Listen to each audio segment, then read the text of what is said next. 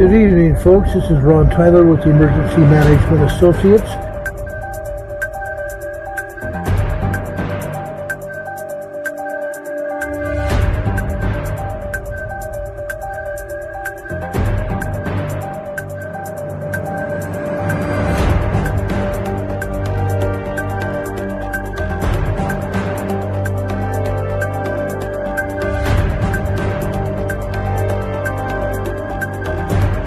Folks, this is Ron Tyler with the Emergency Management Associates coming to you live from the crossroads of the West in Lake City, Utah. The time right now is 7:05 p.m.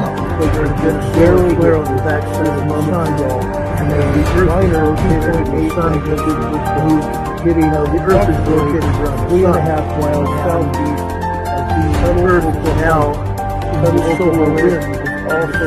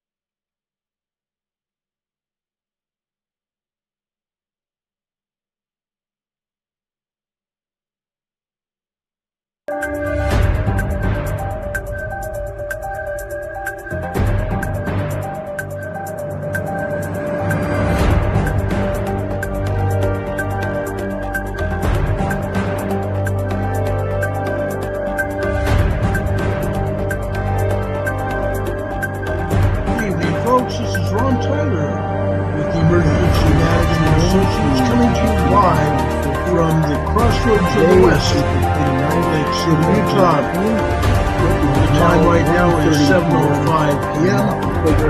Barely clear on the backside of the sun, and then the earth is rotated hitting the earth is rotated around 3.5 miles southeast of the earth now. The solar wind is also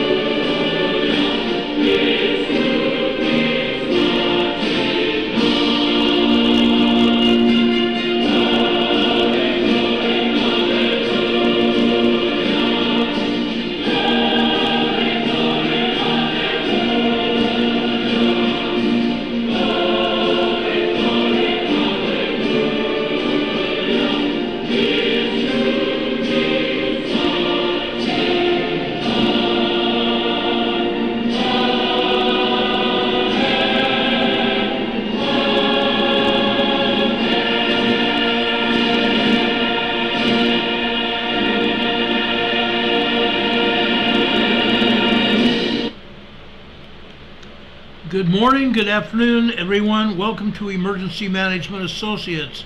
We're coming to you from the Area Command 392 miles west of Kitty Hawk Beach, North Carolina. We want to welcome everybody to our program tonight. Folks, we have a lot of things to talk about. The first thing I want to talk about tonight, right off the bat, is what is going on in France.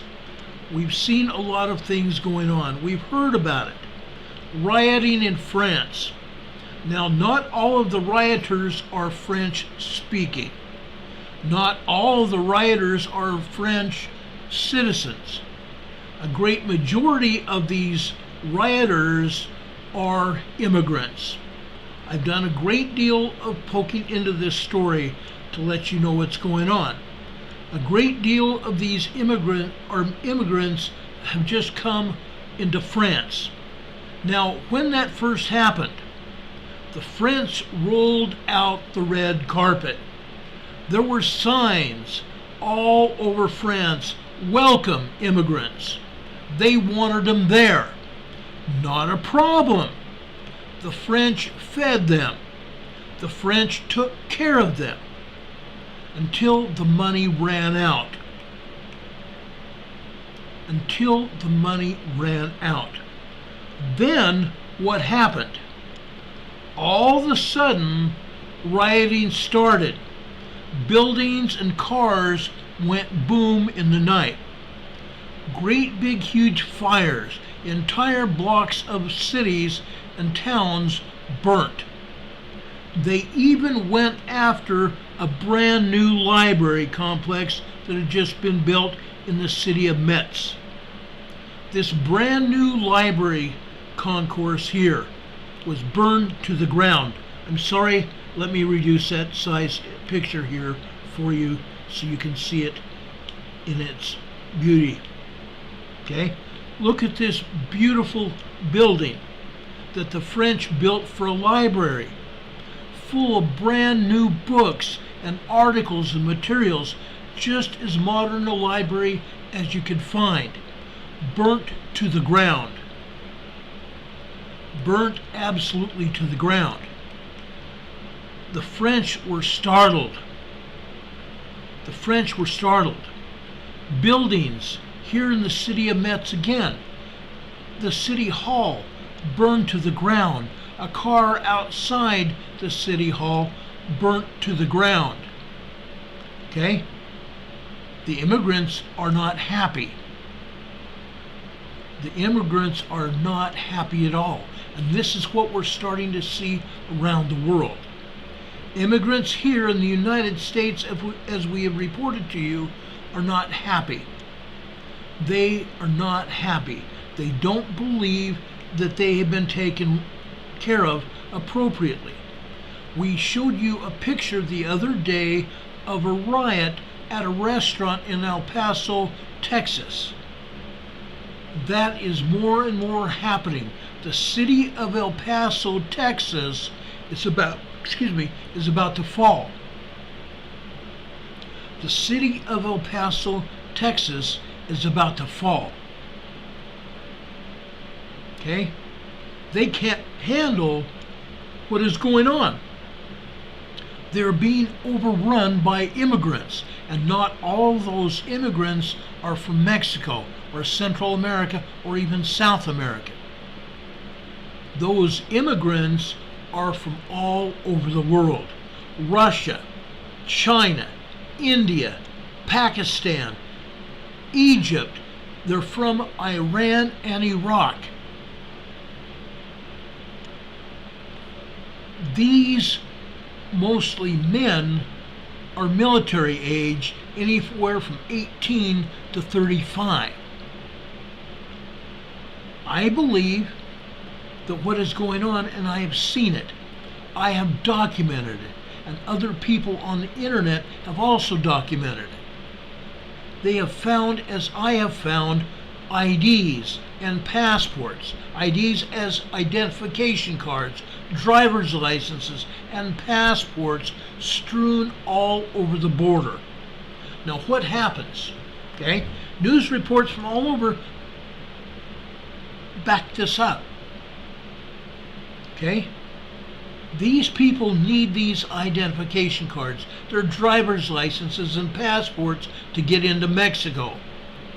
After they get into Mexico, they make contact with drug cartels that lead them to the border. Once they get to the border, they dump their identification because they don't want anybody in the U.S. to find out who they truly are. They dump their identification on the ground. Then they come in to the United States with a concocted story. Whatever. Oh, I'm seeking asylum. Joe Biden and his Democrat communist associates have got an open border policy. From day one, Joe Biden took over control of the border, and he told people they were allowed to come into the United States, no questions asked. When the Border Patrol and Customs Border Enforcement tried to stop them, Joe Biden slapped their hands. He cut their budgets and he got rid of personnel. And now Customs Border Protection and Border Patrol don't have the money adequately to staff the border to try to even stop what's going on. And they're no longer able to use their scientific data, their electronic data in terms of cameras and seismographs along the border so they can hear these people coming across. They can now not adequately staff the border to stop it. So people such as Governor Abbott and the Texas Department of Public Safety, El Paso Police, Brownsville Police, and police all over the southern border in Texas, and some agencies in Arizona have tried to stop them and have gotten together with Border Patrol and Customs Border Enforcement to try to stop it. But what they're trying to stop is maybe half of what actually has gotten into the United States. They're called getaways or gotaways. They're only getting about half the immigrants stopped. And they're trying to assess which one of those that they're going to allow into the country. And when they allow them, they put them on buses and ship them all over the country. And we're not the only people that are getting them. I spoke to Barry Prince and Dave Delisle last night on Facebook Live, also on Barry Prince's radio show. Those of you that are on YouTube, I gave you the website you could go to and listen to our program. I hope some of you or all of you were able to go there, because we talked about the border and what it's doing, not just in France and the United States, but in Canada and literally all over the world. These immigrants are coming in, and pretty soon the money's going to dry up if it hasn't already. And I've got reports from various people saying some of that money's already drying up, and soon it will all dry up. And all these people are not going to be happy. A lot of them have not already gotten their money for this month. They're not happy. They're going to restaurants that they were promised would give them food for free. That's not able to be done. Restaurants have already closed down in some cases because they do not have the food to feed everybody. And as soon as they start opening, all these immigrants find out about it and blow them out. And so they close back down. They can't afford to feed the world. We can't. The United States of America cannot afford this. Now, many of you have also seen military aircraft in the air. A lot of military aircraft.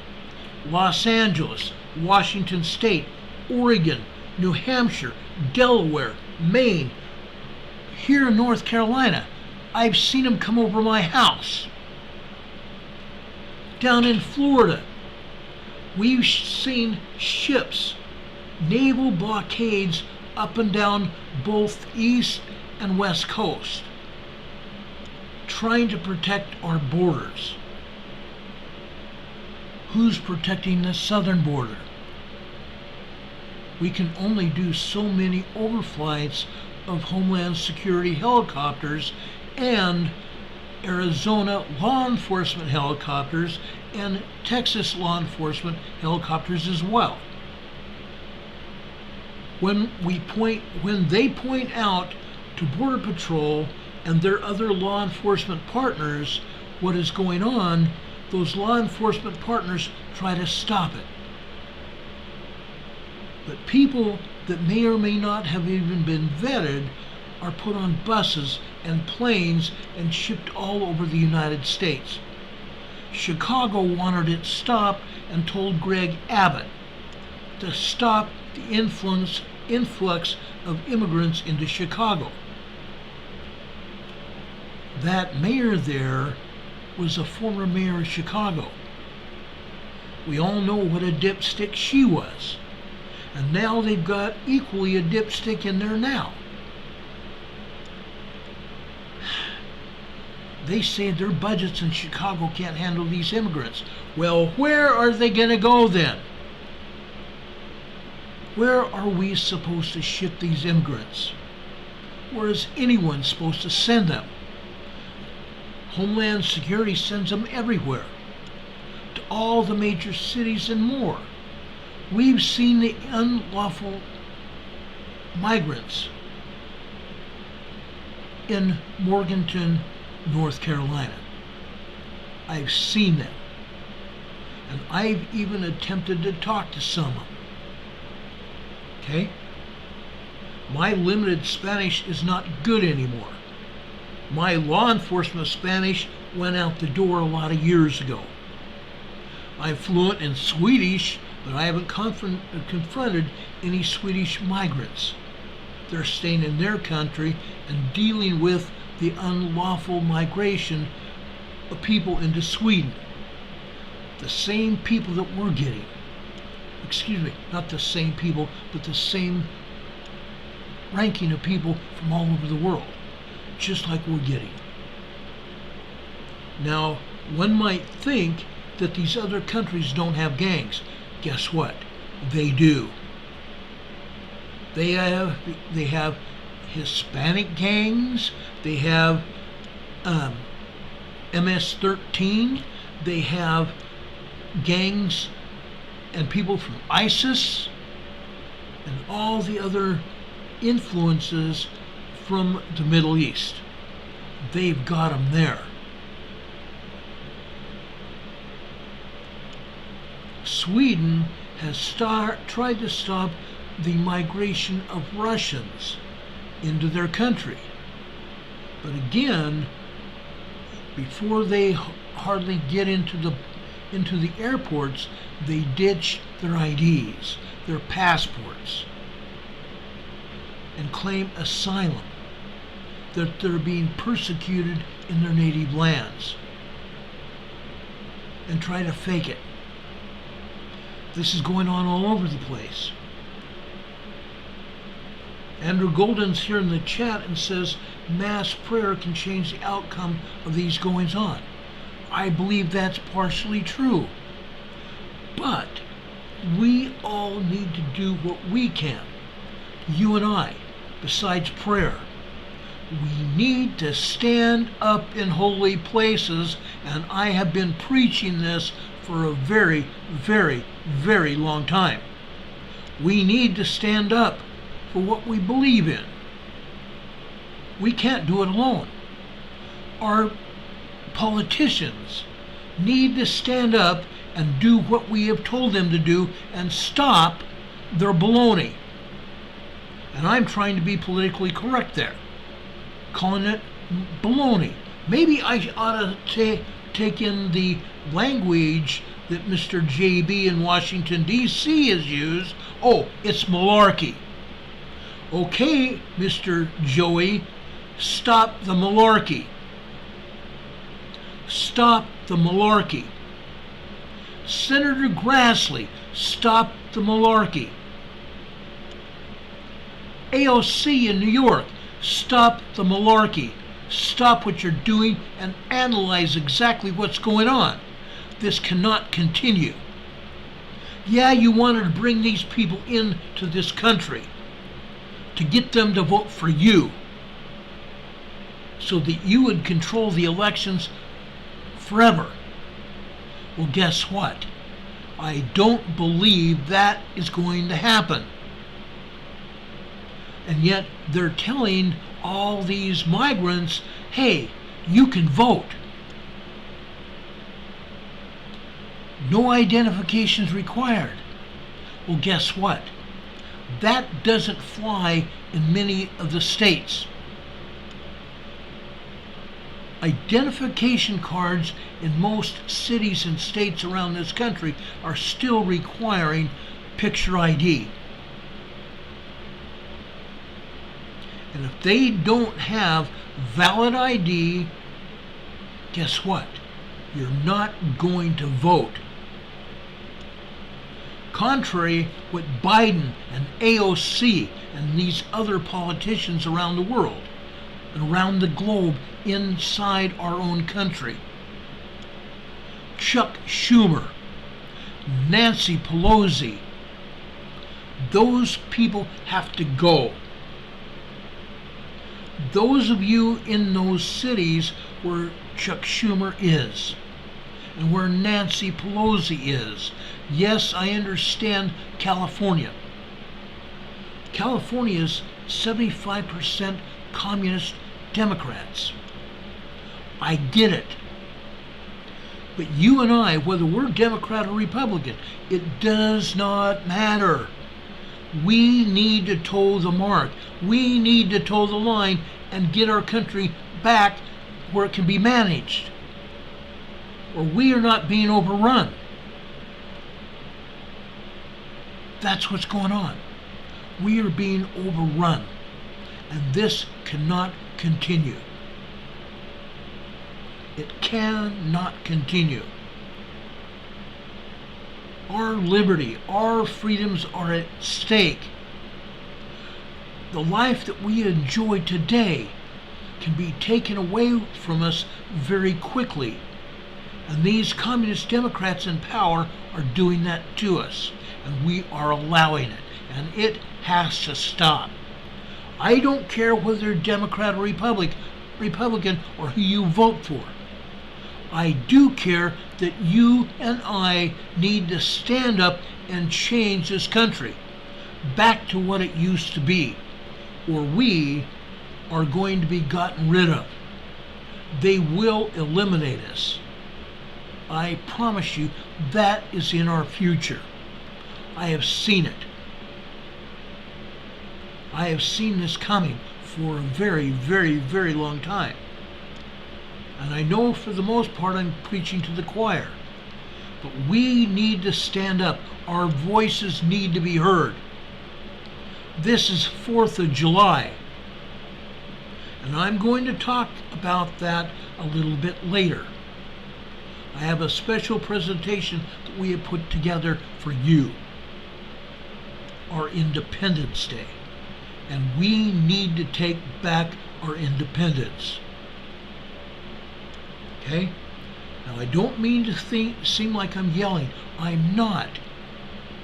I am very proud of my heritage, as you should be too. But our country is being overrun by imbeciles. And I'm not talking about the migrants. Yeah, some of them should not be here. Some of them are criminals in their own countries. The imbeciles I'm talking about are in Washington, D.C. And some of them may be at the head of our states as well. Those people need to go away. We cannot sustain this migration. No way. No way. For those of you on Social Security, guess what? Mr. J.B. in D.C. and his cronies are taking the money from Social Security and giving it to these immigrants. They're taking our medical benefits and giving it to the immigrants, promising free food, free house to live in, and free medical, and free phones, and everything else. It's got to stop. It has to stop. We can't continue this way, this path. It's not sustainable. Anyway, write your congressman, write your senators, send them emails and hard copy letters. Call them. Call the Washington, D.C. Congress. Okay? It's a 202 number. Let me look it up real quick.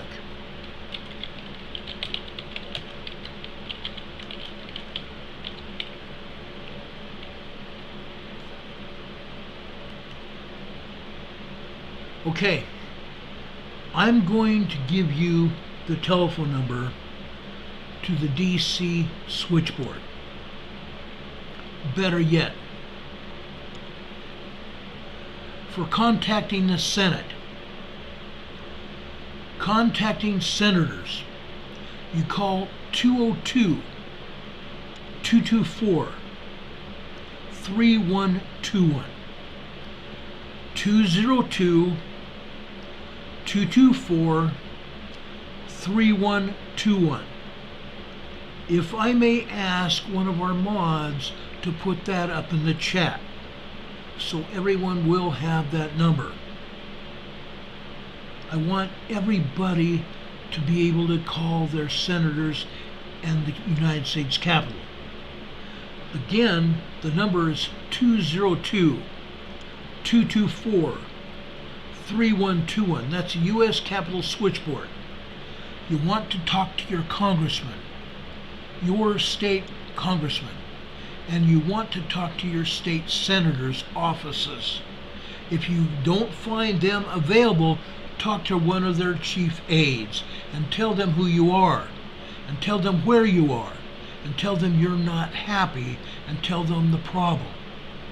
It's got to change, and tell them that if they don't change and make things right and stop this influx and stop raiding our Social Security and other benefits, including health care for everybody.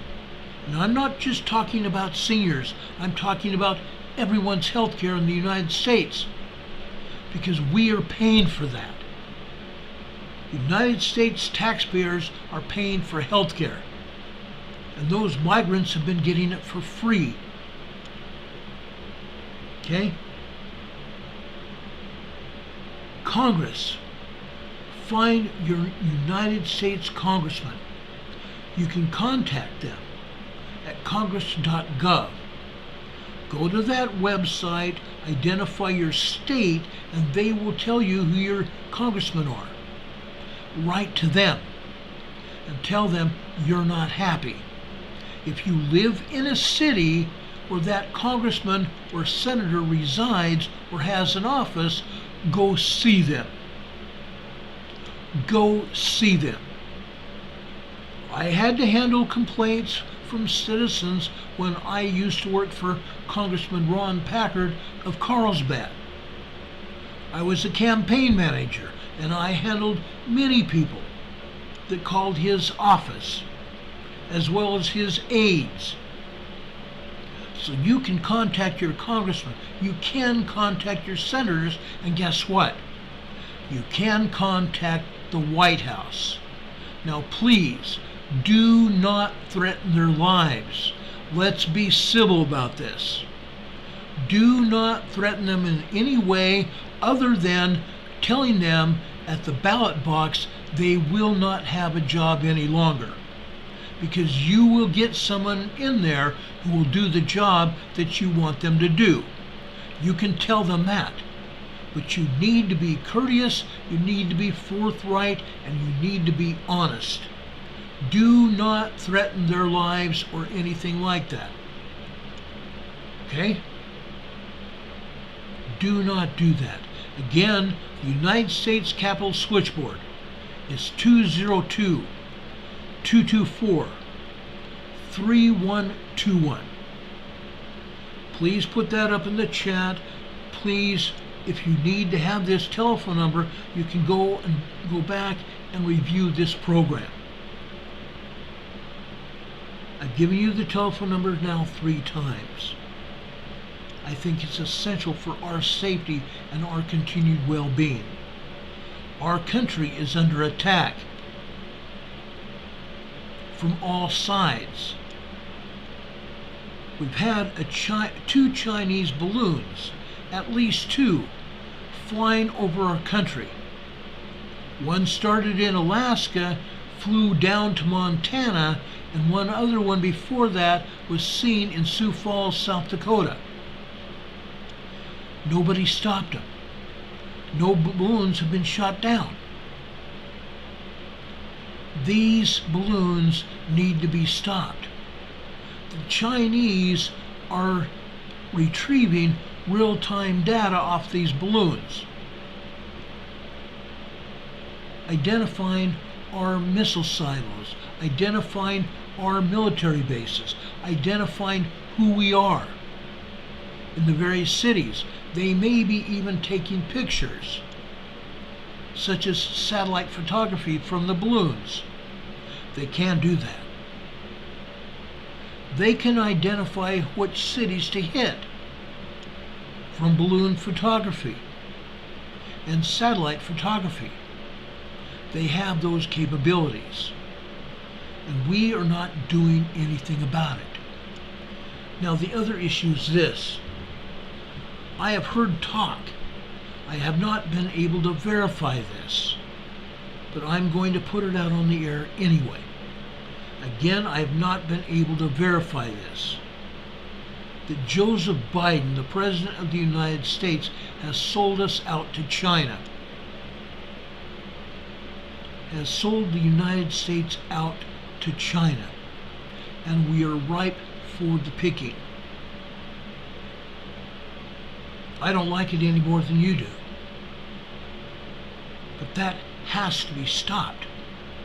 I've also seen some other things that are supposed to happen within the next 24 hours to 2 weeks.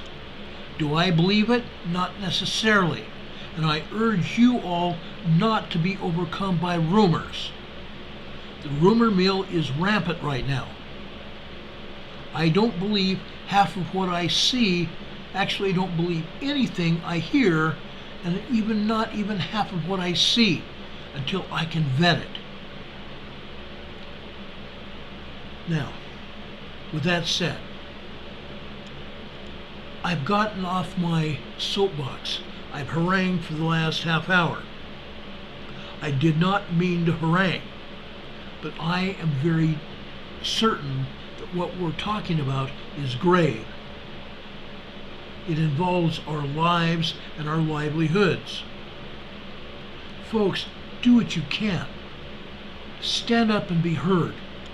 Do not let these people do this.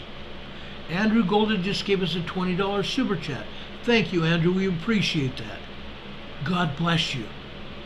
God bless you for that. Andrew Golden says, we need more Rons, and I appreciate that. I wish we had them. Now, my broadcast that I had with my buddy up there in Canada was very profitable. Not towards me. I did not get anything money-wise from that radio broadcast, except maybe some new listeners. I hope. New listeners or viewers to this program. But we got the message out last night. Canada is also being attacked.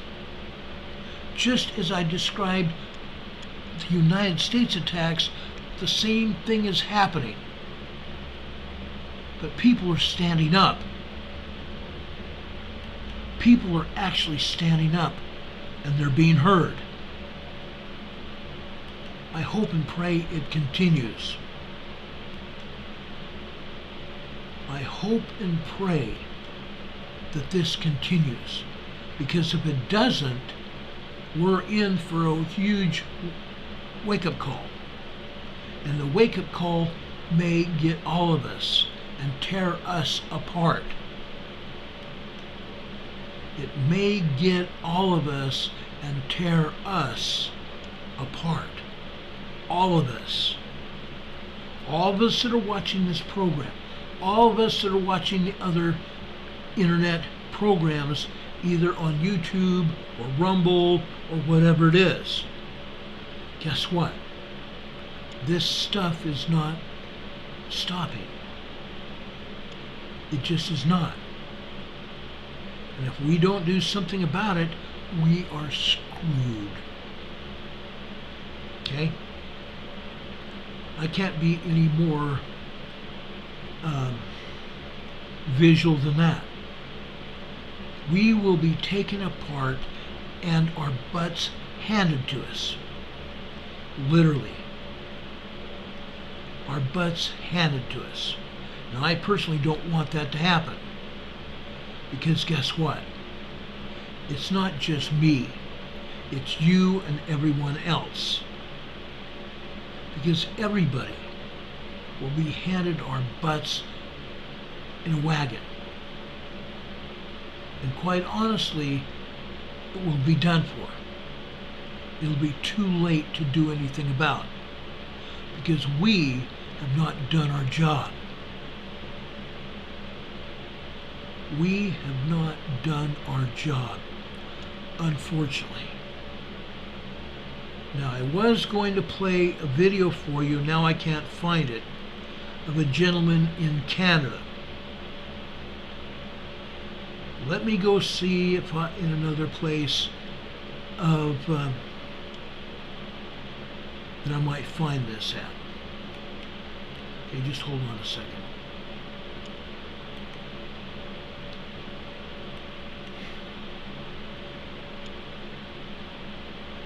Because I believe what this gentleman said is very vital for everybody, not just for people here in the United States, for everybody, U.S. citizens and Canadians as well, and even people that don't even live here. Okay? Everybody. Literally everybody.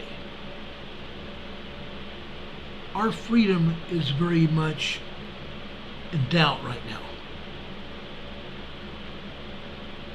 Our freedom is very much in doubt because we have been sold out.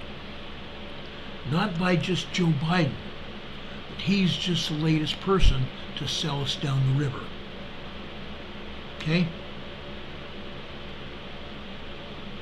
It's bad. It's really bad. And if you think I'm cracking up, just hang in there for a little while longer. You're going to find out how true to what I'm saying the truth is. It's not just me watching what's going on. Our families are watching their jobs go out the door. They're watching businesses close up, dry up and blow away. Okay? It's all over. It's literally all over.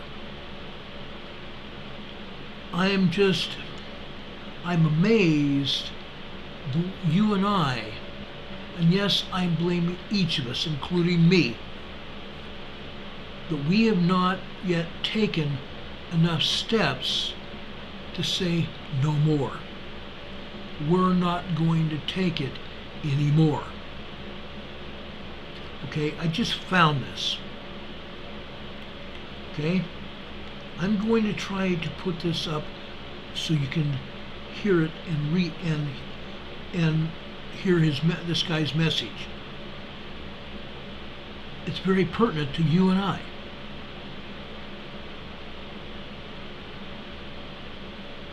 Hold on a second, I'm trying to make sure we get it here. Okay. I found it, and I'm going to put it up here for you and let you hear it and let you make a deciding vote. We have people here on this program from all over the world, not just here in the United States. Canada, Brazil, not Yugoslavia, Romania, Czech Republic is here. Sweden and Denmark is here. Finland is here. It's not just me. Okay?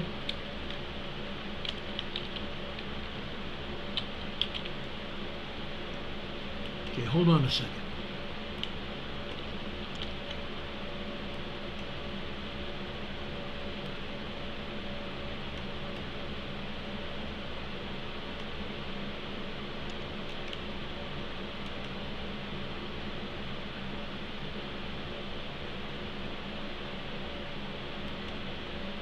Well, hold on a second.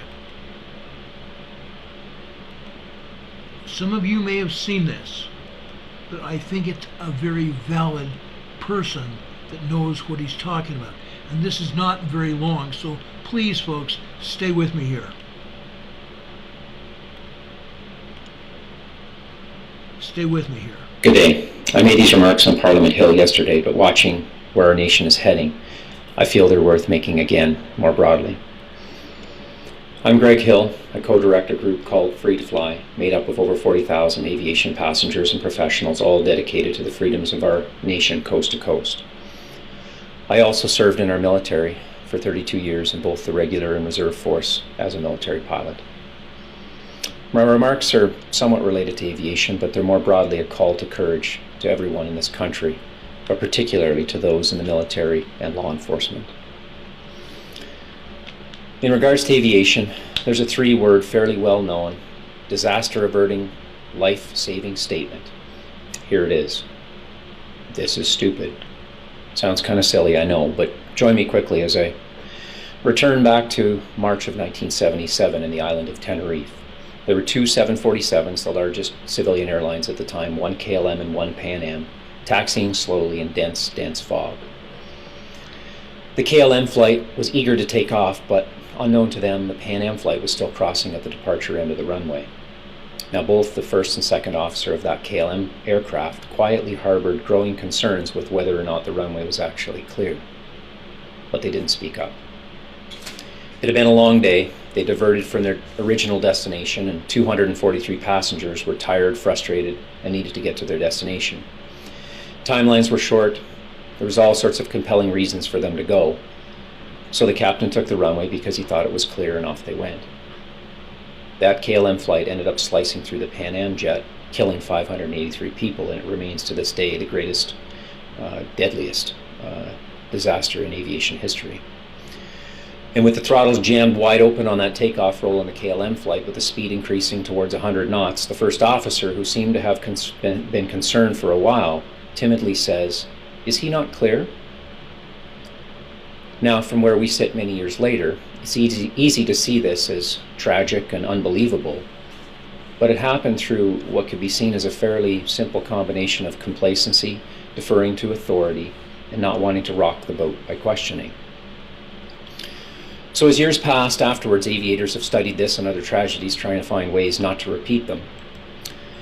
And this is where a jarring statement like, "This is stupid," come in. When the person you're flying with doesn't respond to typical prompts or does something ill-advised and time is short, then "this is stupid" or "this is dangerous" jar them awake to imminent danger.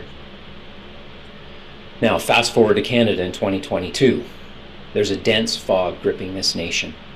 It's obscuring truth, dividing our nation, and clouding the consciences of good men and women. Our government has the throttles jammed full forward in a race for totalitarian control. Many of you have the power of influence, whether that's media, policing, politics, the military, business leadership. You know the truth of what's happening around you as you're told lies. When you're asked to repeat the lies, or worse, asked to crush the voice and freedoms of your fellow citizens. A voice inside you is saying, "This is stupid, this is dangerous, this is wrong," and it is. But that voice inside you is useless if you stay silent. You have to summon the courage to say no. I want to address our military and our law enforcement particularly. You stand in these hours in a unique and critical place. What we've witnessed over the past days is dark and difficult. Scenes most of us thought we'd never see in this nation, with law enforcement tactical equipment facing off against peaceful, unarmed demonstrators. Now, I've watched with renewed hope this week as some courageous officers have spoken out. We had a retired RCMP officer stand on Parliament Hill yesterday, speaking to the importance of his oath to uphold the Constitution and not comply with unlawful orders. This is huge, and we commend all of you who've spoken. You, as military and police, stand in the gap between the forces of tyranny and the freedoms of our people. Now, many more of you are actively but silently questioning what's being asked of you. I ask you, be silent no more. Jordan Peterson says, "It's not safe to speak, but it's even less safe not to speak. Pay the price for speaking, or pay the price for being a serf, subject to the whims and wills of those you sit silent before." Men and women of the armed and police service, we applaud you. Your spouses, parents to children, you've been riding the ups and downs that we all have for these past few months, and you've served honorably, sacrificing and protecting us over the years at great costs. I ask you, don't dishonor this history. Don't dishonor your service. We will all pay a dear price for silence and blind obedience. If you act in ways that violate your conscience and oath, we are headed to dark places. Be men and women of courage. Now, you may be saying, "I'll wait until they ask me to go too far," but then it's not much different than that jet hurtling down the runway at 100 knots. It's too late then. This is your hour. Now is the time. Speak out, reinforcing your commitment to your oath. We need a wall of courage to stand in the gap for the citizens of this nation. In closing, all of us have a unique call on our lives in these hours. Speak the truth at all costs. You may be telling yourself, it will cost too much. You've got a family, a future.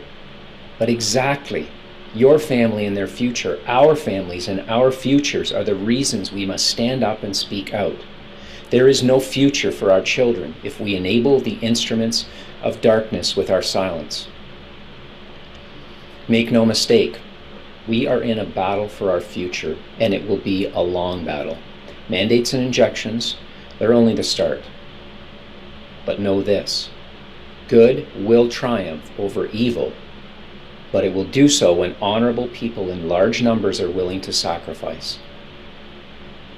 There's a direct relationship between our willingness to sacrifice and the power that these authoritarians hold over us. A people who count it a joy to suffer loss for a greater cause disarm them of their power. So to those in government and leadership seeking to control our lives, I say, you can take our income, our career, you can take our home, our comfort, but you cannot take our dignity. You cannot take our freedom to choose, and nor will you ever steal our resolve to fight for our freedom with all of our will. My fellow Canadian freedom lovers, let the nation know we won't be silent and we won't back down in our commitment to truth and freedom. May God keep our land glorious and free. Okay, that was a Canadian. He identified himself, just as you and I should identify ourselves. This man took an oath when he became a pilot to do his duty, to make sure his and his passengers were safe. I took an oath. My oath is nowhere near fulfilled. There was no expiration to my oath. Those of you that have served in the military, you also took an oath, and your oath did not expire. Your oaths did not expire, guys and gals. We still have an oath and a commitment to our country and to each other to stand up and let our voices be heard and stand up for righteousness and what's right in our country, what's right with the world. Our lives hang in the balance.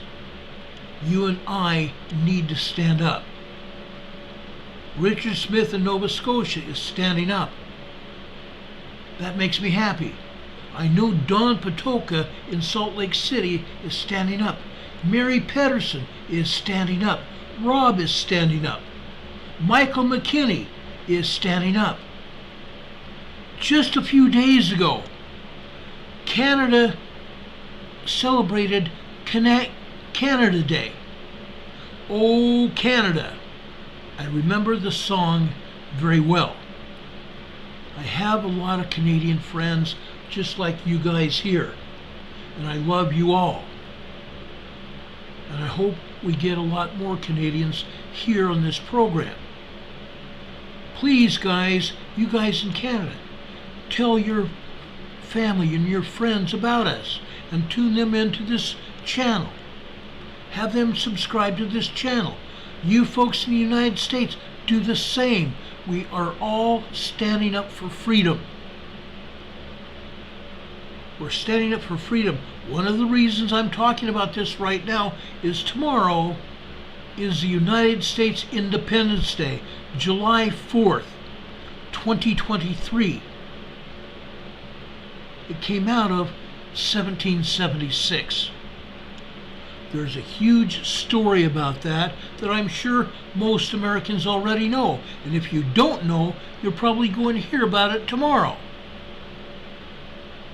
My short video at the end of this program will also talk a little bit about that. Now, I want to talk about some earthquakes that have hit. I think this is a very crazy place. Earthquakes have been hitting literally all day. My little earpiece here has been telling me about 5.0s, 5.4s, 5.3s, 3.0s, and 2.0s. Nobo Frog just gave us another $10 super chat. Thank you so much, Nobo. I appreciate that. God bless you for that. God bless all of you who are supporting our channel. If you don't want to do it through YouTube, you can go over to our two PayPal locations. Right directly below this program today in our program description are our two PayPal locations and also our Venmo address. Be advised, the the PayPal location that says rltnspd at Hotmail, it's not a Hotmail. It's not a Hotmail. That is a PayPal address.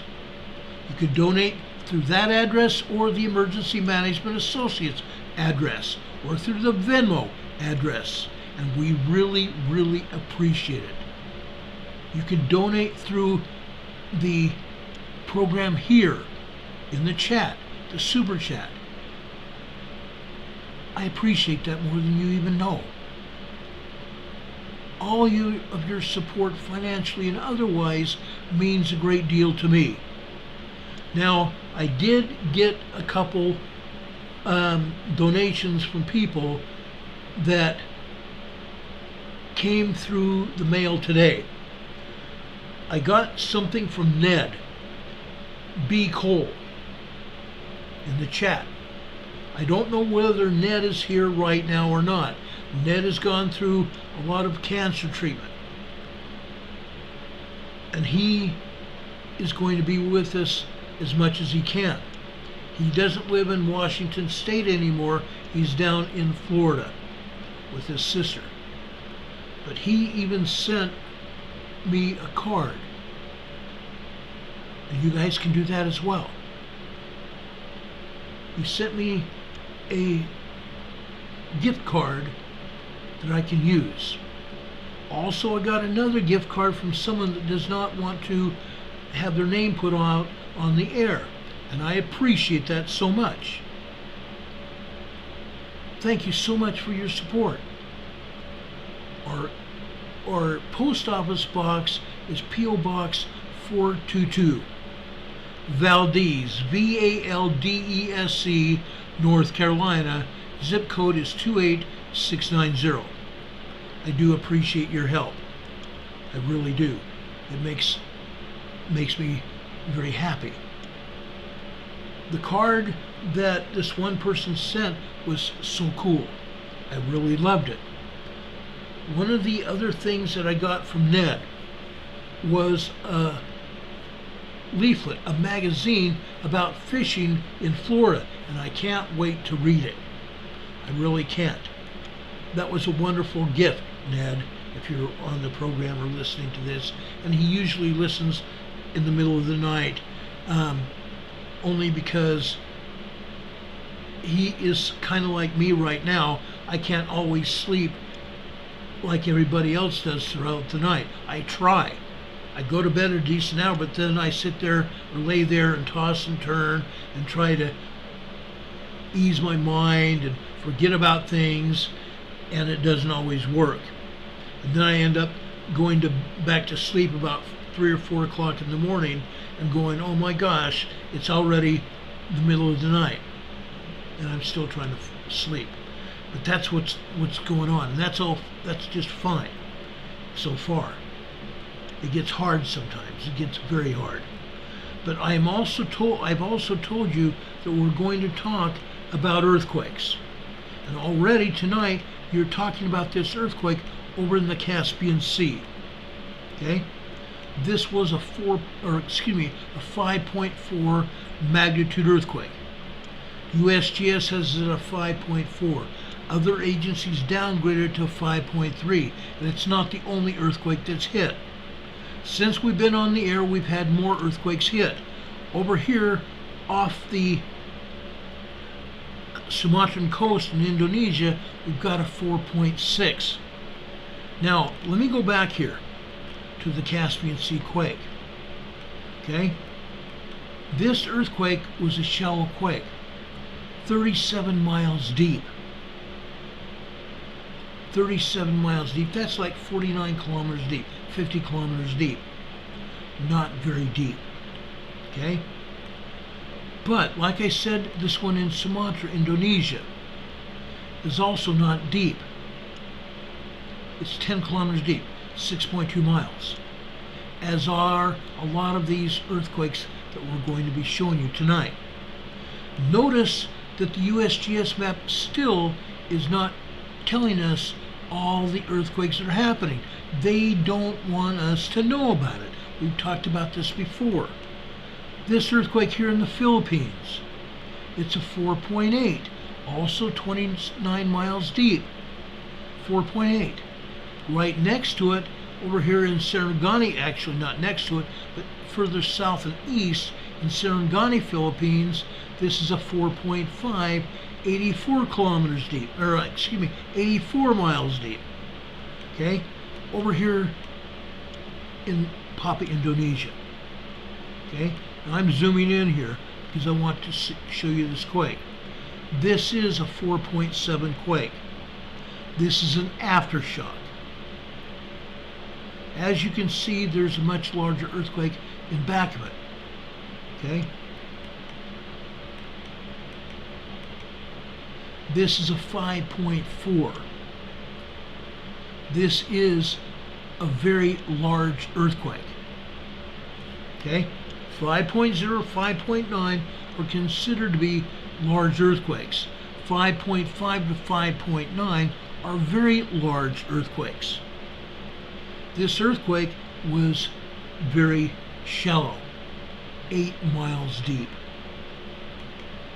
8 miles deep. Well, this earthquake, the aftershock, was 6.2 miles deep. That suggests that the aftershock was one, more shallow, but was in a different location than the main quake. In a different location. Rob is talking about that 4.0 off of Petrolia, California. I'm going to get that. I'm going to come to that. I'm showing you these earthquakes down here in the South Pacific because these happened earlier today, and I don't want them to be taken down before you see them. This is a 4.8. This is in Vanuatu, but this is not the only earthquake in Vanuatu. This is a 5.7. Again, this is a very large earthquake. 98 miles west-northwest of Sola, Vanuatu. It was out in the Pacific and nobody was near it that felt it. 98 miles west-northwest of Sola, Vanuatu. The South Pacific waters absorbed the shock wave from these quakes. This one here just south of there is a 4.8. Also a shallow quake, a 6.2 mile deep quake, 10 kilometers. This earthquake here just southeast of there is a 4.8. Now this may have been a 5.0. This came out as a 5.1 and was downgraded to a 4.8. This is also 46 miles deep, a fairly shallow quake in Vanuatu. Okay, then I'm going to go over here. The first one I'm going to show you is in the Fiji region. It's a 4.8 moderate earthquake. Again, nobody felt this quake because it was out in the water in the Fiji region. A 4.8 moderate quake. Then this new earthquake that just hit in the last little while since we've been on the air. This is a large earthquake, a 5.3 earthquake. This is 6.2 miles deep, 10 kilometers deep. Okay, it's in the Tonga region, out in the Pacific. Since then, we have a 4.9, 5.0 earthquake. Remember what we talked about. These agencies love to downgrade these quakes. Heaven forbid we have too many 5.0 earthquakes. They don't want to show these earthquakes. Why? Because in the years going forward, someone may see this and say, well, gee whiz, was this a 4.9 or a 5.0? They have a 4.9. People are starting to question that now. So going up in the future, these scientists are going to see these 4.9s and other earthquakes, and they're going to question their validity, that they may have been larger quakes to begin with. This earthquake just south and east of there, this is another large quake. This is south of Tonga, nowhere near land. This is 13.2 miles deep. Okay? This is just about 25 kilometers deep. Okay? All in that short area around Tonga.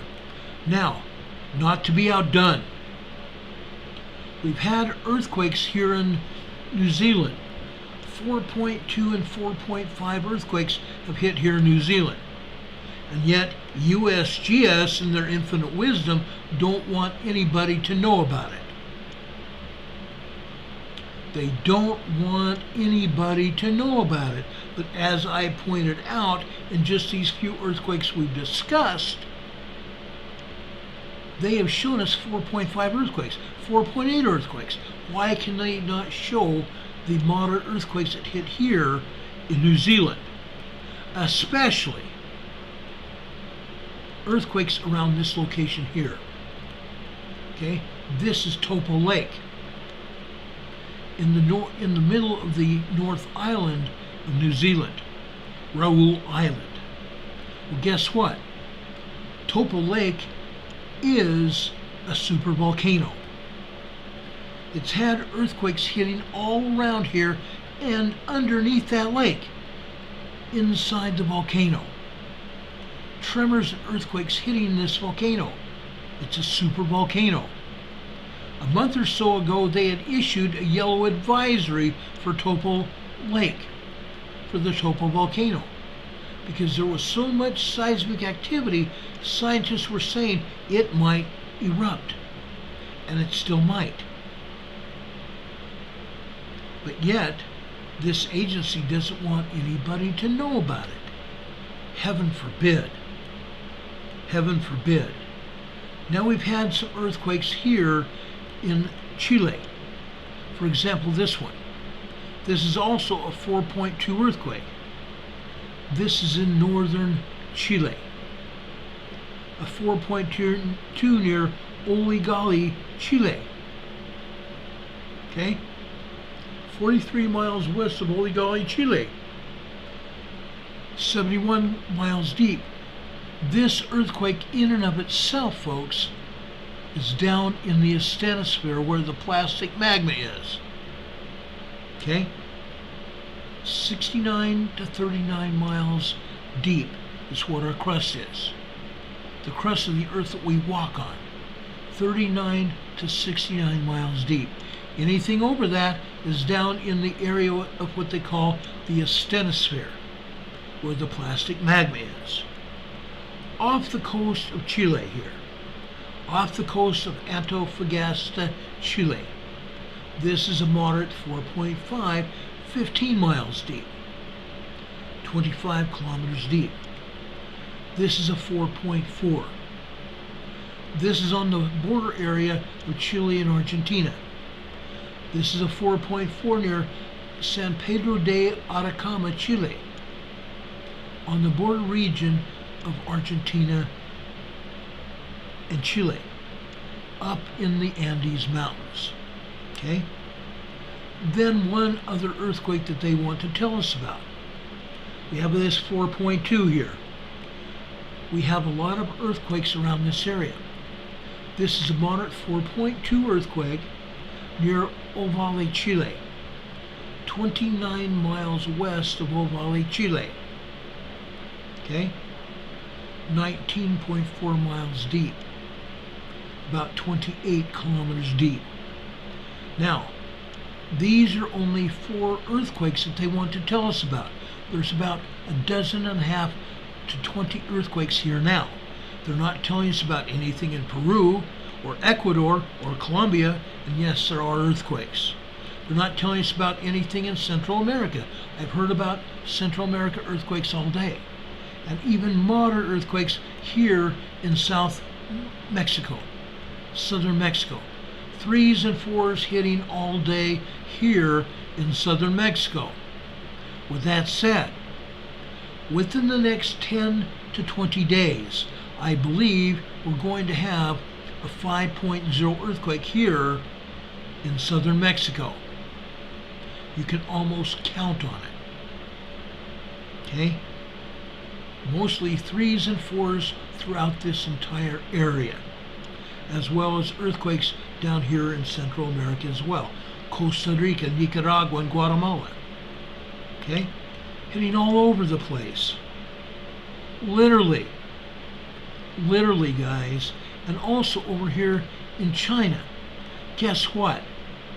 In the last little while, they've also informed us about a 4.3 earthquake here in Xinjiang, China. Xinjiang. Xinjiang.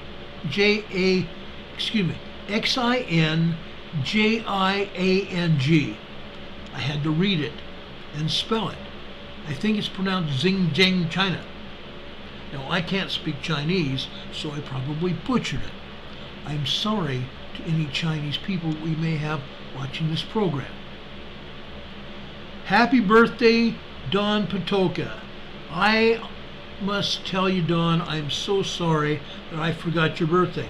So I'm going to verbally wish him a happy birthday on this program, telling everybody that's watching or listening that Don Patoka's had a birthday, July 3rd. How about that, Don? You go, brother. We love him. Don Patoka's here in our chat. One of the latest things he's talked about is the government is reactive, not proactive.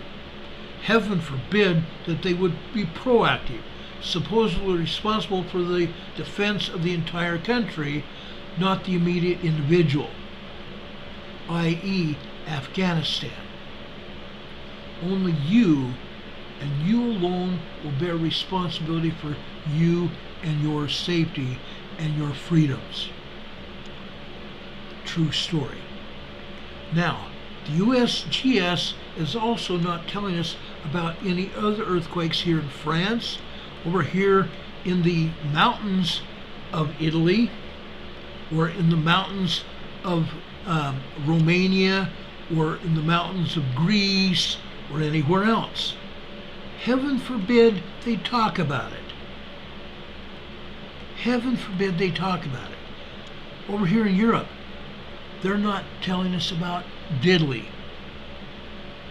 Not diddly. Greece, there's about 20 earthquakes. Over here in Turkey, there's about 70 or 80 earthquakes, and they don't even talk about it here. What kind of crap is that? USGS says there are actually 229 earthquakes around the globe. Guess what? I can tell you that that number is probably closer to 1,000, because they won't talk about it. Earthquakes here in Italy, okay? There's about 20 earthquakes here in Italy. 22 earthquakes in Italy. Over here in the Andes Mountains, not Andes, I'm sorry. Boy, I stuffed it in there, didn't I? The Alps Mountains, the Italian Alps, the German Alps, the Swiss Alps, the French Alps. There's about 4 or 5 tremors here. There's 2s and 3s hitting all over Italy. There's even a 2 or 3 3s over here in France. Spain has had some 1s and 2s.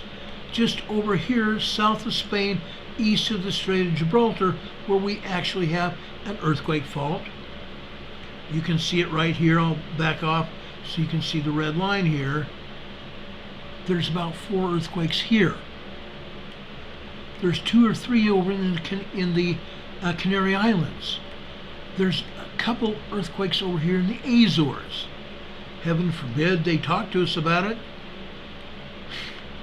It's amazing. It's truly amazing.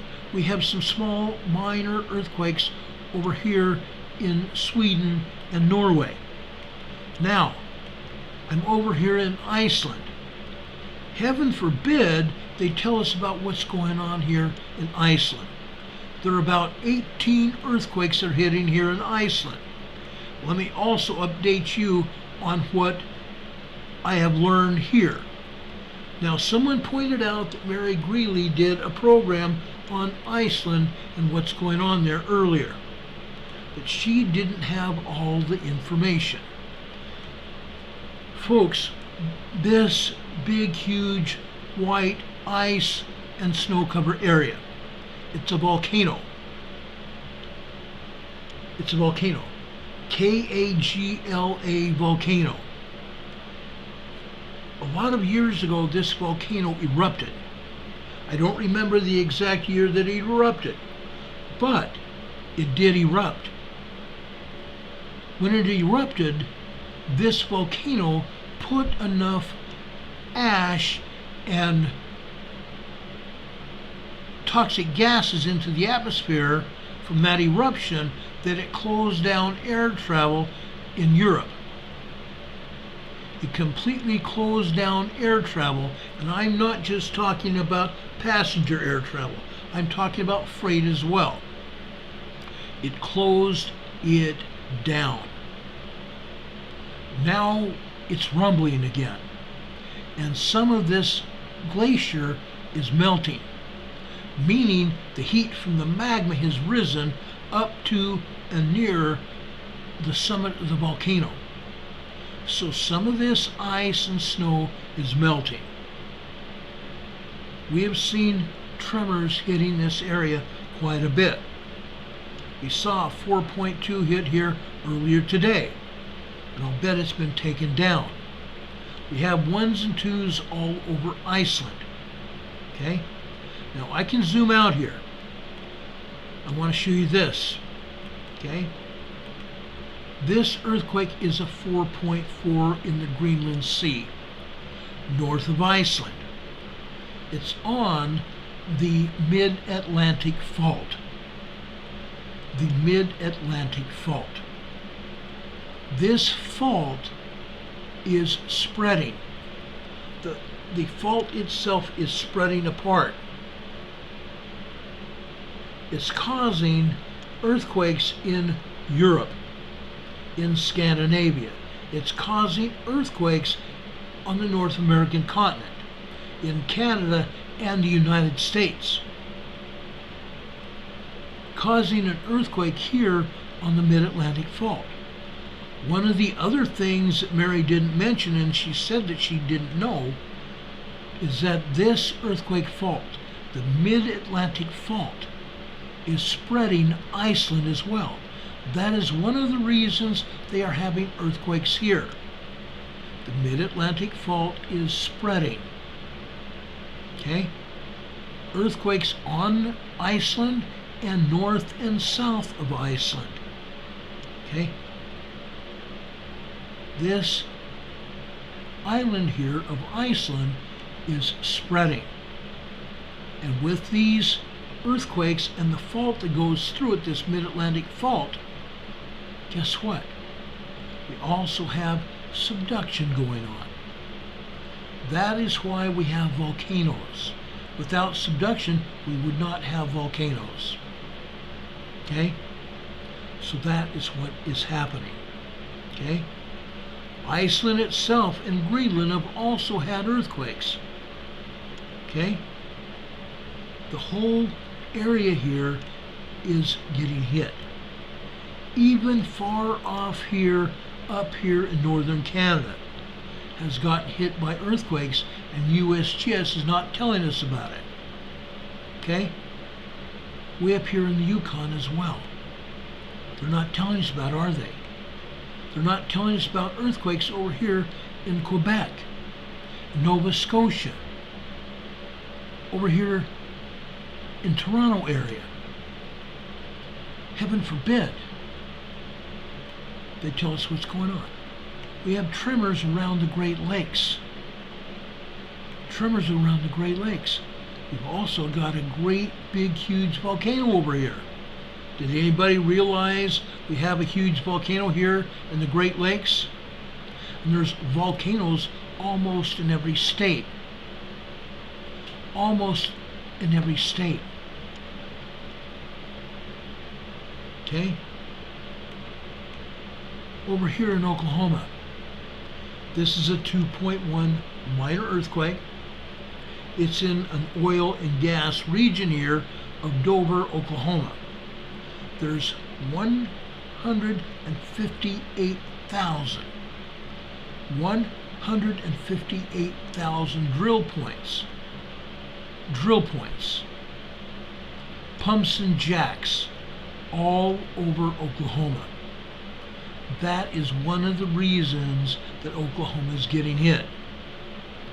They injected fluid into these earthquake faults, causing these earthquakes. This is another one in Quinlan, Oklahoma. I know for a fact that these locations here are oil and gas quakes. This one is a 2.2, a minor 2.2 earthquake here. And again, it's not very deep, 4.5 miles deep. This one over here in Dover is 3 miles deep. What I found out this week, and I did some digging, is that some of these drill points drill down up to 5 miles deep to get at oil. They drilled down into the crust up to 5 miles deep to get this oil. Some of these drill points, for folks, were horizontal, some of them perpendicular, some of them straight down. That's how they got at the oil. That's why we're still having earthquakes. Okay? Texas. This is another biggie. Stanton, Texas. Stanton, Texas hasn't had a lot of earthquakes recently, and I'm talking during the past 1 or 2 months, but they have had earthquakes earlier this year. This is a 3.0 small earthquake. Stanton, Texas. 18 miles south of Stanton. This is an oil and gas quake. This is 5.6 miles deep. Let me show you where this is. You can already see where the drill points are. They're all over this area. Every place where you see a square or rectangular area is drill points. This one is right next to a drill point right there. Okay? Seismic energy seeks out man-made or natural earthquake faults. Anywhere where man has drilled into the earth is subject to seismic energy hitting it, fracturing the rock, causing movement. Earth movement. This is a 3.0. This may have been felt. This may have been felt. Unfortunately, I can't give you any better look at this because this agency doesn't want us to see some of these pumps and jacks. But yet you can see some of them in this photography. I'm showing you a pump and jack just north of there. Okay? Anywhere within a 6-mile radius of this earthquake, any way, period, within 6 miles, actually 6 to 10 miles, can cause an earthquake. Can cause an earthquake. Okay? These are oil and gas quakes, guys. They're all over. Over here in southwestern Texas, they say this is in White City, New Mexico. It's not. This is also in Texas. Okay? Right in the middle of drill points. Okay? Right in the middle of a drill field. Oil and gas. You can see it here. They happen all the time, all day long. Literally all day long. Now I want to show you what's going on in the Pacific Northwest. Yes, we are getting earthquakes here in Southern California. Promise. Earthquakes all over. This one in the Salton Sea. Just over here on the edge of the Salton Sea here. Calipatria recorded this. USGS has got this as 1.3 tremor. If I pulled the seismograph, or pulled the information from the seismograph here at Calipatria, we would see about 120 earthquakes here. USGS shows us 1. And it's not just this one. Over here, I'm going to show you this. This is Bombay Beach. This is where the San Andreas Fault goes underneath the Salton Sea. We've had 3s and 4s hitting the Salton Sea here at Bombay Beach for a very, very long time. Again, today as well. Okay? Like I said, Calipatria, 120 earthquakes hitting here today. Over here in Westmoreland. This is Westmoreland, guys. This whole area here. Westmoreland. Probably 50 earthquakes have hit Westmoreland. Okay? 50 earthquakes. We can go further south. The town of Imperial. I will bet you my bottom dollar there are about 50 earthquakes here, and I'm talking 1s and 2s and possibly 3s here in the Imperial, town of Imperial here. Okay? Fact. Now I can move further east here, further south and east, over here to Holtville. Over here to Holtville. Guess what, guys? Holtville's also had about 40 or 50 earthquakes today. 1s and 2s all day. Now, I want to go over here to El Centro. El Centro. There's a seismograph over here at El Centro Naval Air Station. There's about 30 or 40 earthquakes here. 2s and 3s here at El Centro. Go ahead, USGS, make my day and prove me wrong. Show the earthquakes. Stop lying to the public. Los Angeles. Up here in Los Angeles area. This is Mira Loma, just east of Los Angeles. This is where the Loma Linda Medical Center is just north of. Mira Loma here is a 1.5 tremor. The Loma Linda Medical Center is further up here. Wonderful thing, huh? Wonderful thing. They're only telling us about a 1.5 tremor there. And I will bet you that we can see probably 24 tremors all over this area if we pulled the seismograph. This is Home Gardens. Glen Avon Home Gardens. This area had several hundred earthquakes just prior to the Ridgecrest quake. USGS is calling this a 1.5 tremor. Really? Really? It's about a mile or so from this quarry. They're calling it a quarry. Okay? They say this is a mile deep. 1.1 miles deep. Guess what, folks? Mr. USGS, they call this a quarry blast. They do not dig a mile and a half deep or 1.1 miles deep for a quarry. Not going to happen. Not going to happen. That's a 1.5 tremor. And it's right near a road, guys. Look at this. It's right near a road. That's also not going to happen. Okay? It's incredible what they try to get away with. And there's earthquakes all over this area. We will talk about this probably Wednesday. Okay? All over. Even up here in Ridgecrest. This is a 2.1 earthquake in Ridgecrest. And there's tremors and earthquakes all over here that they don't want us to see. Okay? Let's go north. South of San Francisco, east of Monterey Bay. Guess what? This is a 1.3 in Gilroy. I've talked a lot about earthquakes and tremors here in Gilroy. Gilroy is getting hit by tremors and earthquakes all day long. All day long. East of San Francisco Bay. This is on the Hayward Fault. Walnut Creek, ladies and gentlemen.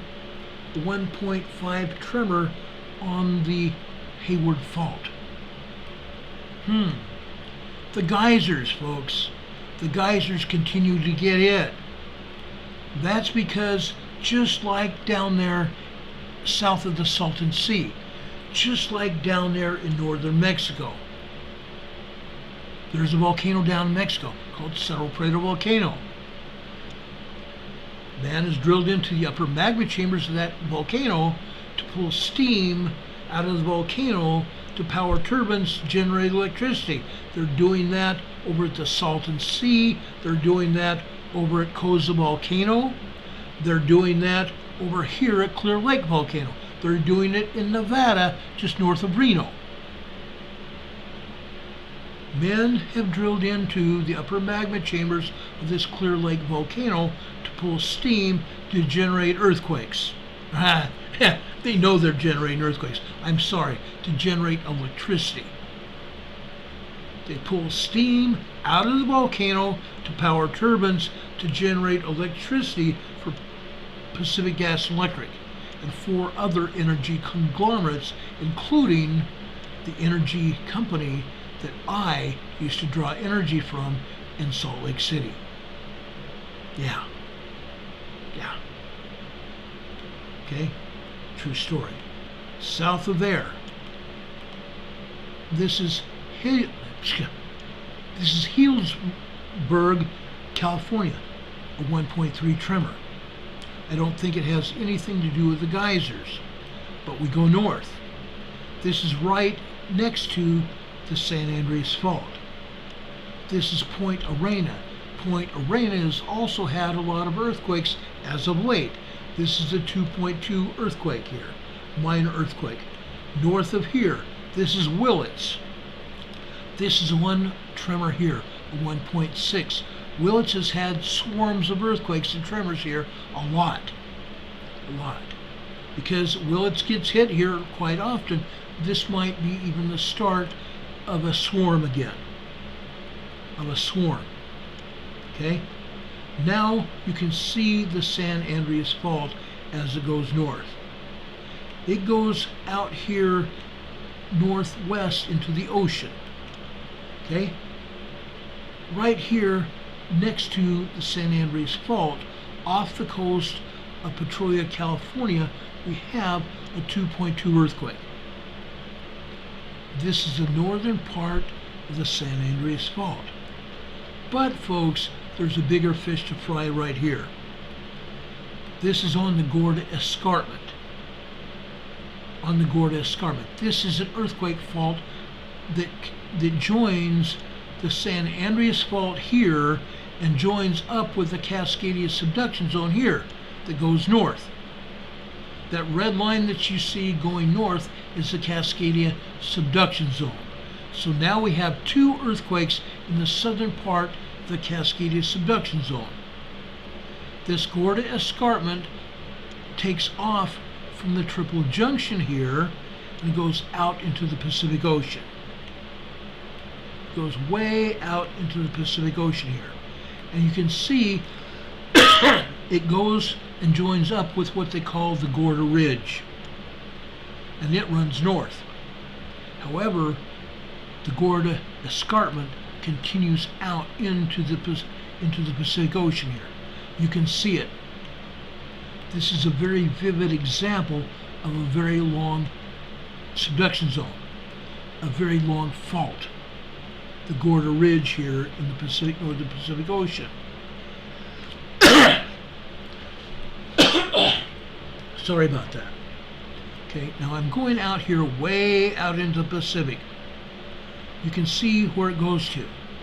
Okay? It goes all the way out here. Okay? To these few islands here. And it joins up with the Aleutian Island Ridge here. The Aleutian Island Trench. That's a long way for the Gorda Escarpment to go. Isn't that interesting? Most people don't even know that. So I just showed it to you. Then you see these tremors and earthquakes here in the Aleutian Islands, just south of the Alaska Peninsula. This is a 2.2 in the Fox Islands. A 2.2 minor earthquake in the Fox Islands. Over here, this is a 4.1 moderate earthquake here near Accuweather, Alaska. Well, guess what? It's south of these volcanoes. South of these volcanoes. Okay? Look at that. Just north of one of these volcanoes here. This is a 1.7. This is 17 miles northwest of Accuweather volcano. Further southwest is a 1.9 near Unalaska. Unalaska, guess what? This is another volcano, and it has erupted within the last 2 years. Okay? Now, I've been showing you a lot of volcanoes over here that have erupted or are going to erupt.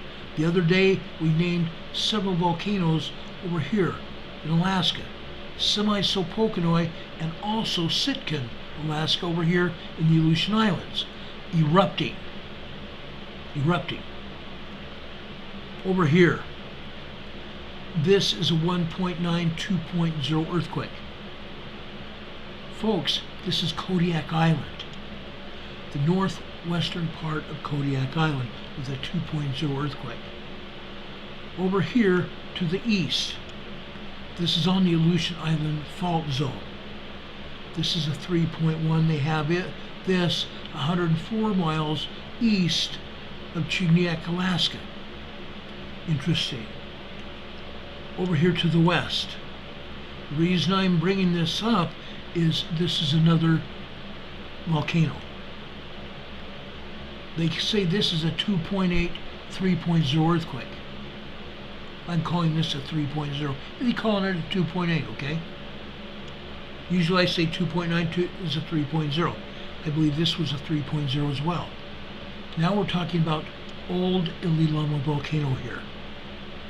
Old Ililama volcano is shaking.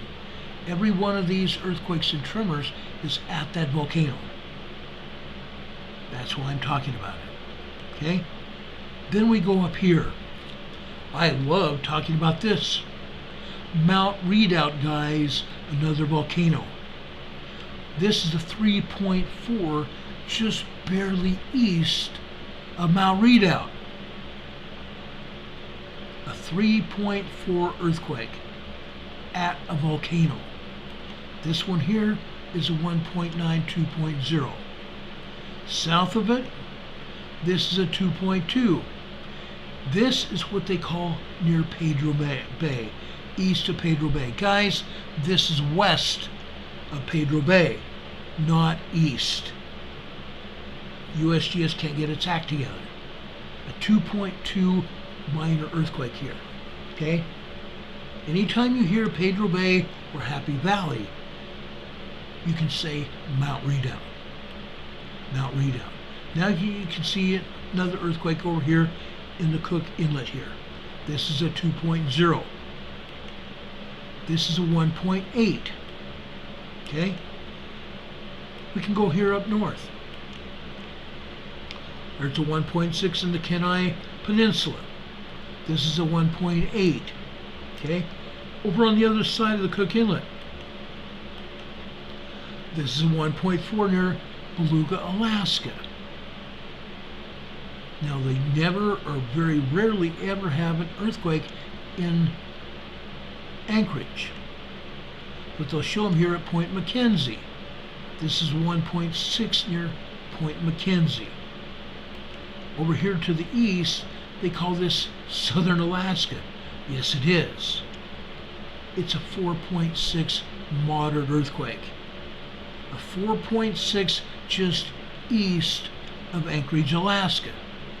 I'd say, guys, that the Alaska people need to start looking for a 5.0, a 6 or a 7.0 earthquake. This is a 4.6 wake-up call. Up here, can you say Denali National Park? And yes, they actually got this one right. This is a 3.4. Small earthquake up here in the Creighton area of Alaska. Guess what? It's also the tallest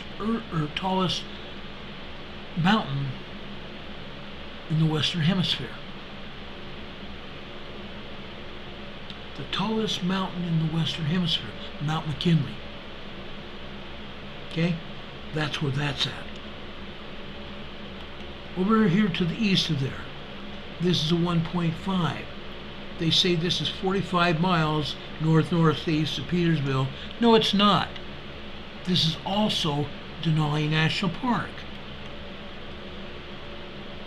They got this one right too. This is a 2.0 minor earthquake just on the western edge of Denali. We go further west. They're saying this is 20 miles south-southwest of Denali. They are right. For the first time, ladies and gentlemen, they have this one right. 20 miles south-southwest of Denali. Well, how about that? Maybe USGS is finally getting its act together. If they'd only report earthquakes. Only report the earthquakes. And they're not doing it. Over here in the palm of the hand here in western Alaska. This is Buckland, Alaska with another 2.6 magnitude earthquake. Minor earthquake here. Again, very shallow. 2.8 miles deep. Let's go up here, guys. I'm especially intrigued by these earthquakes here. Northern Alaska, both of them. Both of them. And guess what? They shut my doggone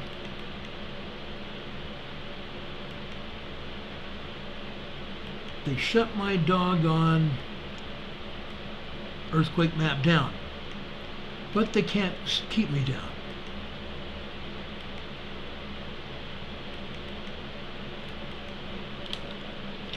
I know how to overcome the USGS.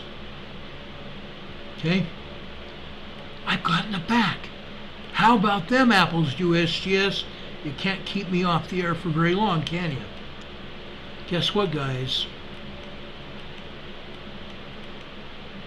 This is a 2.8. This is a 2.8 minor earthquake. This may have been as much as a 3.0. This is south of Katavik, Alaska. South of Katavik, Alaska. And we have one more. This is a 3.0 or larger earthquake here. Also 39 miles south of Katavik, Alaska, on the north shore of Alaska. Folks, 2 days prior to the Ridgecrest earthquake, we had a 5.0 earthquake right here. Every time I start seeing earthquakes up here near Katavik, I'm starting to look for bigger earthquakes. 5.0 large earthquake hit here 2 days prior to the Ridgecrest quake. The next day, after that quake, we had a 6.3 earthquake hit right here on the south end of Queen Charlotte, Alaska, or Queen Charlotte, British Columbia. A 6.3 here. The next day, the very next day, July 4th, 4 years ago, we had a 7.1 earthquake hit right here. Ridgecrest, California. That's why I'm talking about this. No, we did not have a 5.0 up in Alaska, at Katavik, Alaska. But we had this today at 2.1. I hope and pray that we're not going to have any more very major earthquakes here. Because on July 3rd, 4 years ago, we had two 6.9. two 6.9 earthquakes hit here on July 3rd, 2019. USGS took one of them down.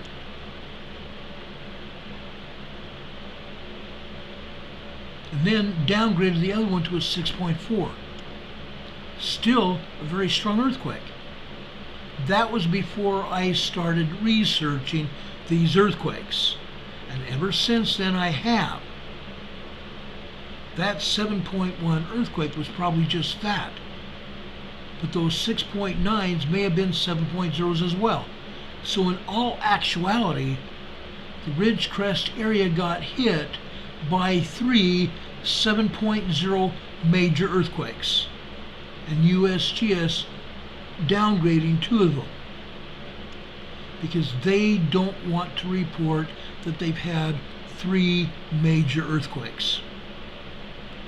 I got, and I still possess, the information showing both of those 6.9 earthquakes, separate and distinct locations, separate and distinct quakes.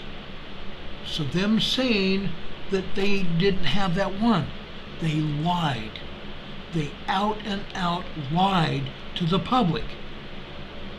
3 7.0 earthquakes this time 4 years ago. The 7.1 earthquake hit there in Ridgecrest when I was in Santa, Utah on July 4th at a park celebrating July 4th, listening to a good band, a country western band, and several others that day. And I leaned over to another man that was sitting next to me, and I said, Ridgecrest just had a major earthquake. And he says, oh my gosh, I have friends and relatives near there and in Los Angeles. And yes, Los Angeles felt those quakes. Los Angeles also had several hundred quakes that were affiliated with this earthquake. And points north from there up to Olancha, California, 69 miles north of Ridgecrest. Hundreds of quakes, even thousands of quakes. Over 5,000 earthquakes occurred here, all over from Olancha south to Southern California and San Diego. This one here is Little Lake.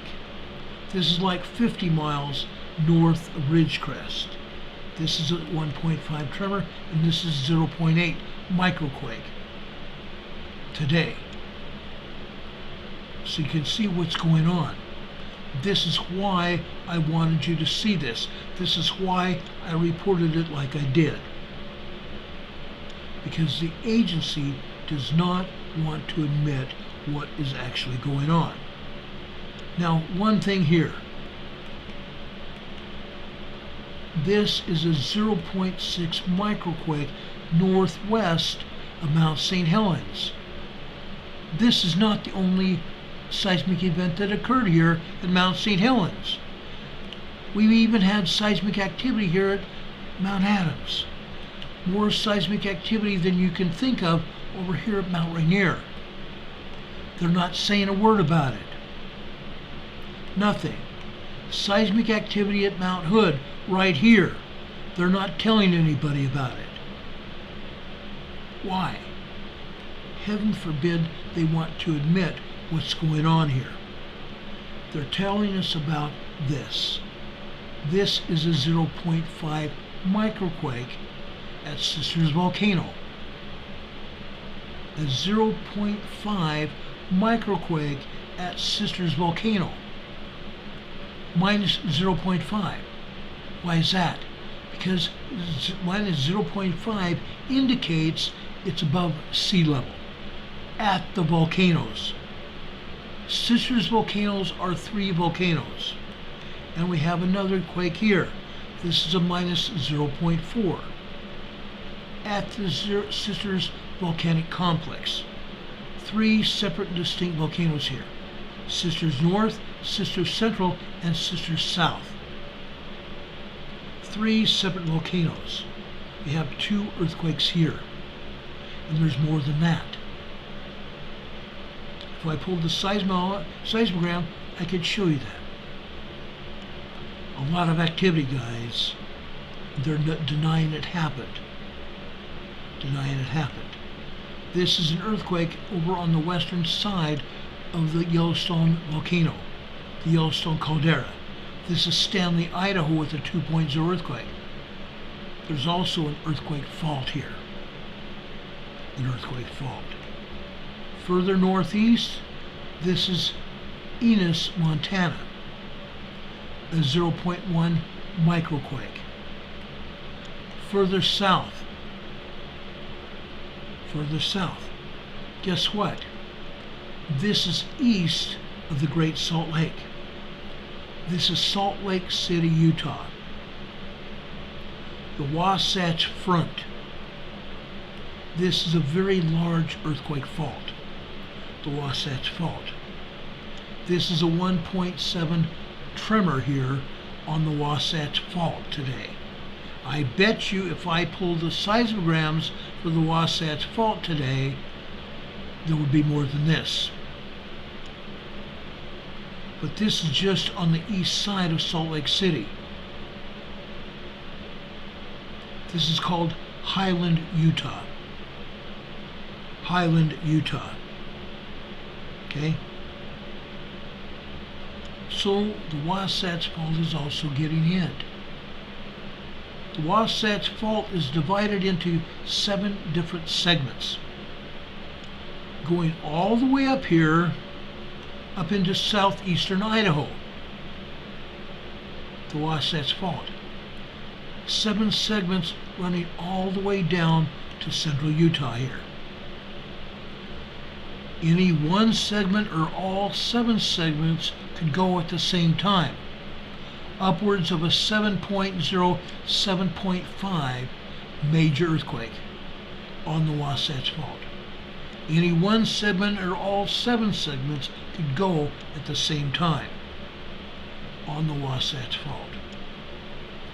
Just so you know. So now I've given you a little bit of tour around the world and told you what is going on. I've not talked about Hawaii yet. Let's go and take a look at the Big Island of Hawaii.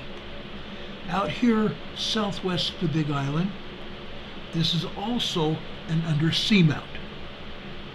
This is a 2.2 earthquake, 22 miles deep. North of there, also just off the coast on a seamount, this is a 2.0 earthquake, minor earthquake. Over here in Pahala, we have a 3.0 small earthquake here. A 3.0 small earthquake here. Pahala, folks, is the distribution point for magma from an undersea plume way down south in the South Pacific down here. Way down here in the South Pacific. There's a great big huge undersea magma plume providing magma to all the volcanoes around the world. And even up here into Hawaii, excuse me, I went way past Hawaii here. Even over here to the Big Island of Hawaii. The magma from there powers here at Pahala. The magma here at Pahala goes into different magma chambers to the different volcanoes. Okay? There's a magma chamber going over here to Kilauea. Kilauea is still, it's not erupting, but it is recharging. It just got through from erupting. Okay? It's recharging now. But we have an earthquake over here on the Helena Slump. This is Fern Forest. This is a 1.7 tremor on the Helena Slump.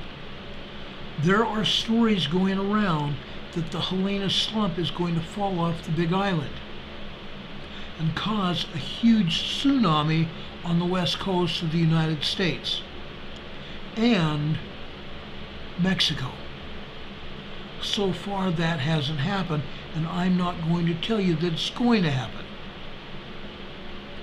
But it is one theory, and that's all it is a hypothesis, a theory. But there is magma going out here into the East Rift Zone, all the way out here to Leilani Estates. This area between the Fern Forest and Leilani Estates, just 4 years ago, also had fissures that opened up. 24 fissures opened up in the Fern Forest and Leilani Estates. They destroyed over 500 homes, made a lot of people homeless out here. A lot of people became homeless out here.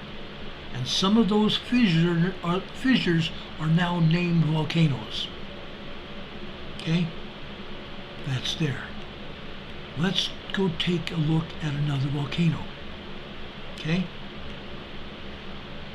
There's Mauna Loa further south down here.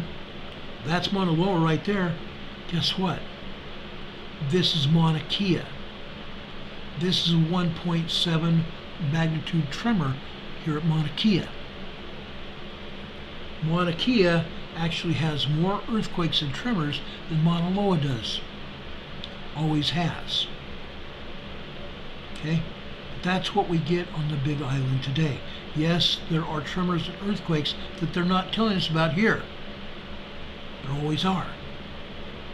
I could pull seismograms about that too. But that's what's happening. That's what's happening. So now I've told you about France. I've told you about Canada. I've told you about the United States.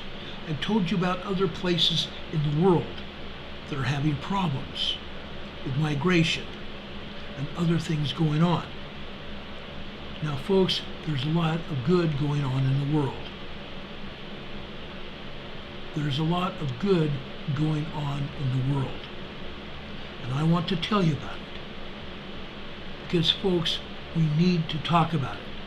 We need to be positive. Positive about our countries, positive about our own lives. Before I get into my final moment here, please, folks, share this program reverently and widely. Share it to your family, your extended family, your friends, your neighbors, your social media contacts, and even the people you work with. Share it with everybody. There isn't one thing of this program that would not be relevant in someone's life. We talked about a lot tonight. Please share it. Hopefully we will save some lives by it. Please share it far and wide, please. Also, please give us a thumbs up on your way out. We have 109 thumbs up, and we really appreciate that. God bless you for that. Now, one other thing. Tomorrow is the 4th of July, the celebration of our Independence Day. I will post a program sometime tomorrow during the day. It's a program that I'm going to show you here, so you can see it again tomorrow afternoon as well. But I wanted to share this with you.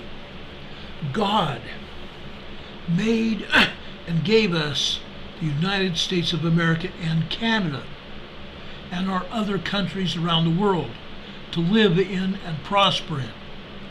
Yes, God gave us those communities, cities, states, and countries to be free, to have freedoms and raise families. Tomorrow is the United States Independence Day. Canada was last week, and I gave homage to Canada about that. We love our neighbors to the north. Tomorrow is the United States Independence Day.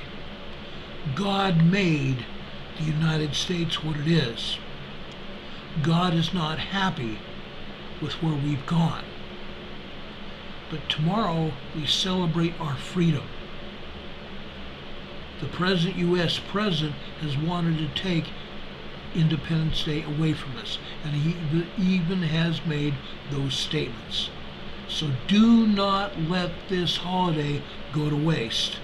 Make sure you celebrate your and my independence. Whether you celebrate it at a party, your own party at your homes, or a party together with hundreds of thousands of people watching fireworks. Or in Salt Lake's case, they're having a celebration with drones. Although I know there are other people that are going to have larger fireworks displays around Salt Lake County. But Salt Lake City is having drones. Incredible. God bless you all.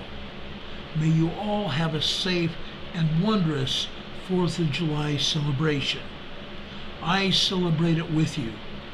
God bless the United States of America, and God bless each and every one of you. God gave us the country. Let's do something with our country and make God happy. I hope you have a good night, folks. I will, as well as you. Take care, be safe, and do know that I love you. Ladies and gentlemen, here is our celebration of independence. God bless you. May God be with you this day and always. I love you very much.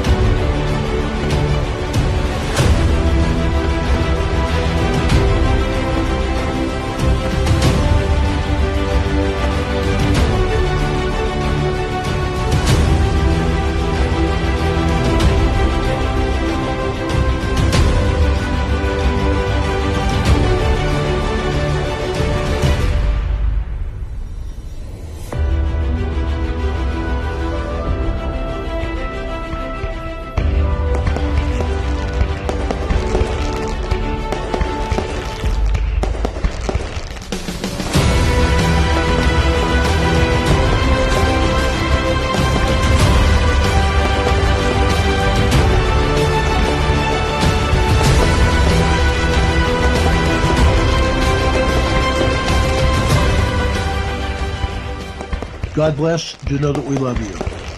As Walter Cronkite would say, and that's the way it is. For Emergency Management Associates, this is Ron Tyler, not CBS News. Have a good night, guys. Love you much. If anything else happens, we'll be back here on the air to bring it to you live.